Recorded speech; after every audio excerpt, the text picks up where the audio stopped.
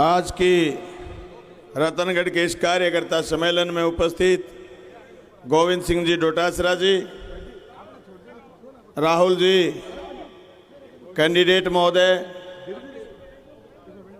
सुजानगढ़ के एमएलए साहब मनोज जी, फूसाराम जी, कृष्णा जी, बुडानिया जी और कांग्रेस के जिला अध्यक्ष इंद्राज जी, मंच पर उपस्थित तमाम सम्माननीय जनप्रतिनिधि साथी, सम्मानित मंच, तमाम उपस्थित किसान नौजवान साथियों, लगभग चुनाव का प्रचार पहले चरण का आखिरी दौर में चल रहा है।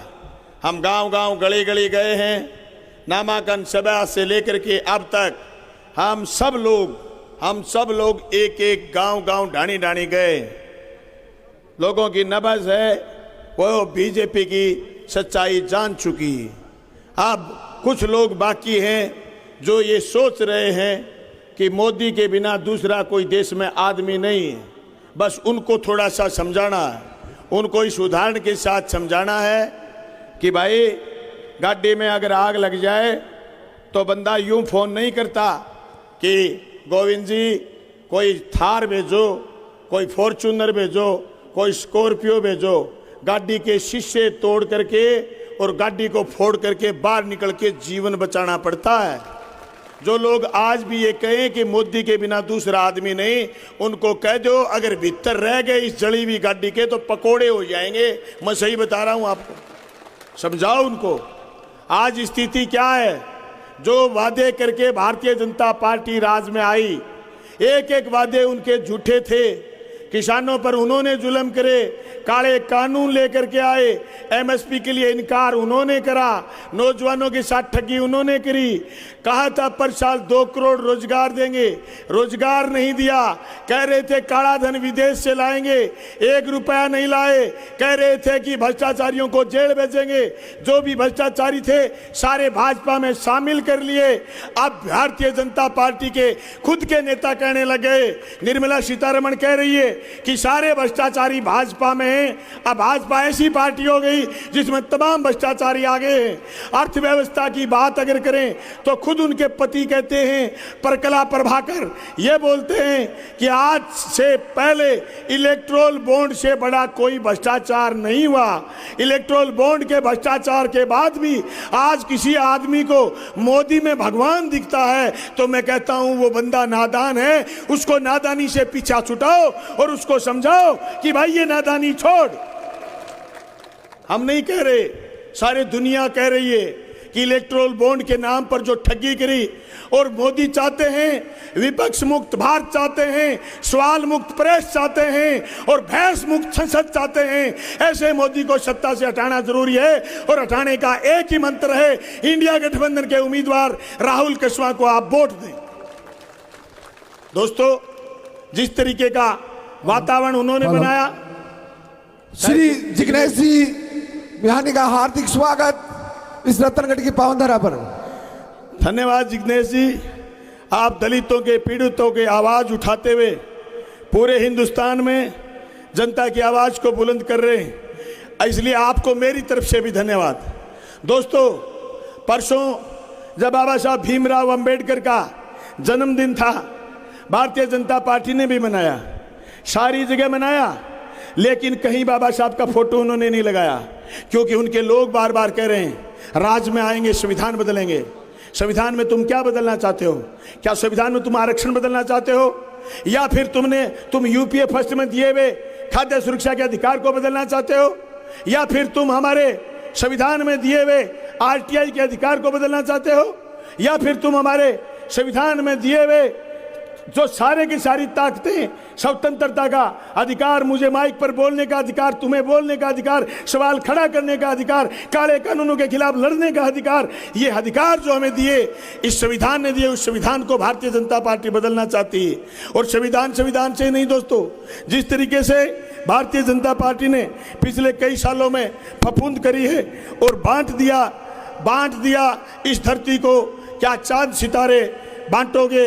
नदियों के कुछ नाम रखे, बहती धारों का क्या होगा? और शिव की गंगा भी पानी है, आबे जमजम भी पानी है।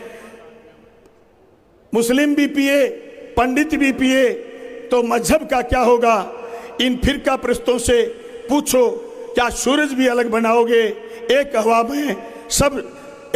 में सब रहते, क्या हवा नहीं चलाओगे? क्या हवा नहीं चलाओगे? उस भारतीय जनता पार्टी के लोगों से पूछिए, वो क्या समझते हैं हमें इस तरीके से पिछले कई दिनों से वो पेश आ रहे हैं कि आने वाले दिनों में अच्छे दिन आएंगे।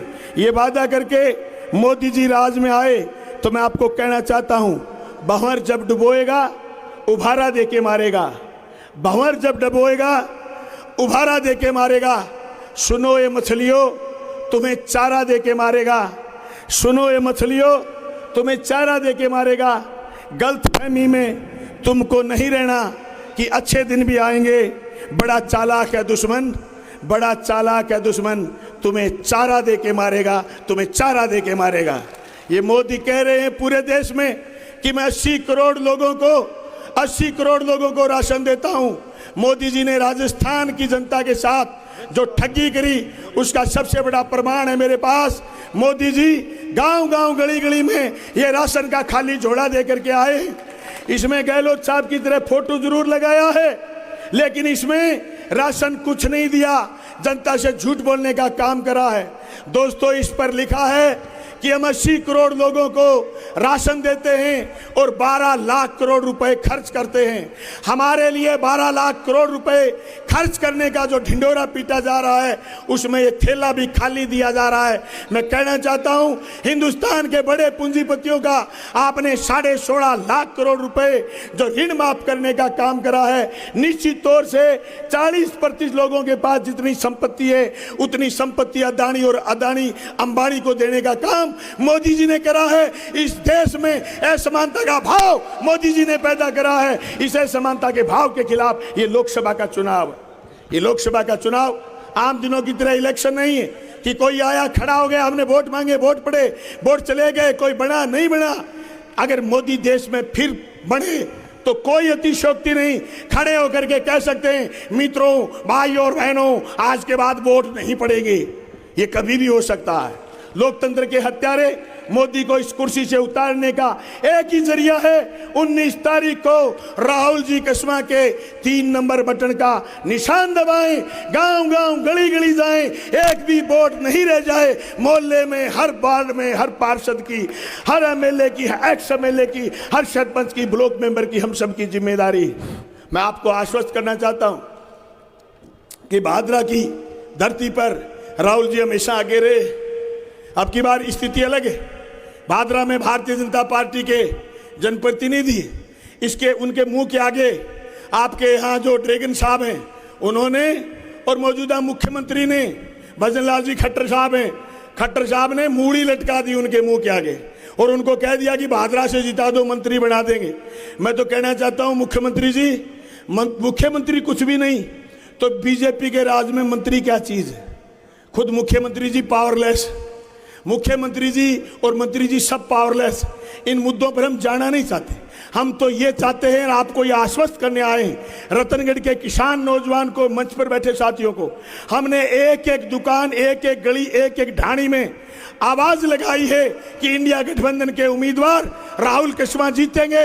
इंडिया गठबंधन जीतेगा, जीतेगा इंडिया, लड़ेगा इंडिया, तभी तो आगे बढ़ेगा इंडिया। और भादरा से इंडिया गठबंधन के उम्मीदवार की जीत होगी और चूरू लोकसभा क्षेत्र में हमारी जीत होगी। मैं तमाम साथियों को ये कहते हुए यहां से अपनी वाणी को विराम दूंगा।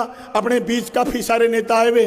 दोस्तों, ये लड़ाई सिर्फ और सिर्फ हमारे वजूद की लड़ाई है।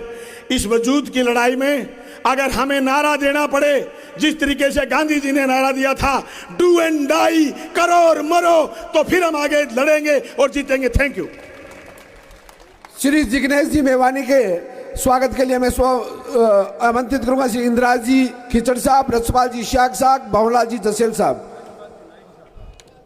रसपाल जी नायक साहब, उप प्रधान रतनगढ़ पंचायत समिति। अब मैं इसी कड़ी में आमंत्रित करूंगा 36 कौम के नेता, हम सबको साथ में लेकर चलने वाले, सभी धर्म व जाति का सम्मान करने वाले युवाओं के हृदय सम्राट बड़े भाई श्री रफीक जी मंडालिया साहब को कि वो और सभा को संबोधित करें। रफीक जी मंडालिया साहब।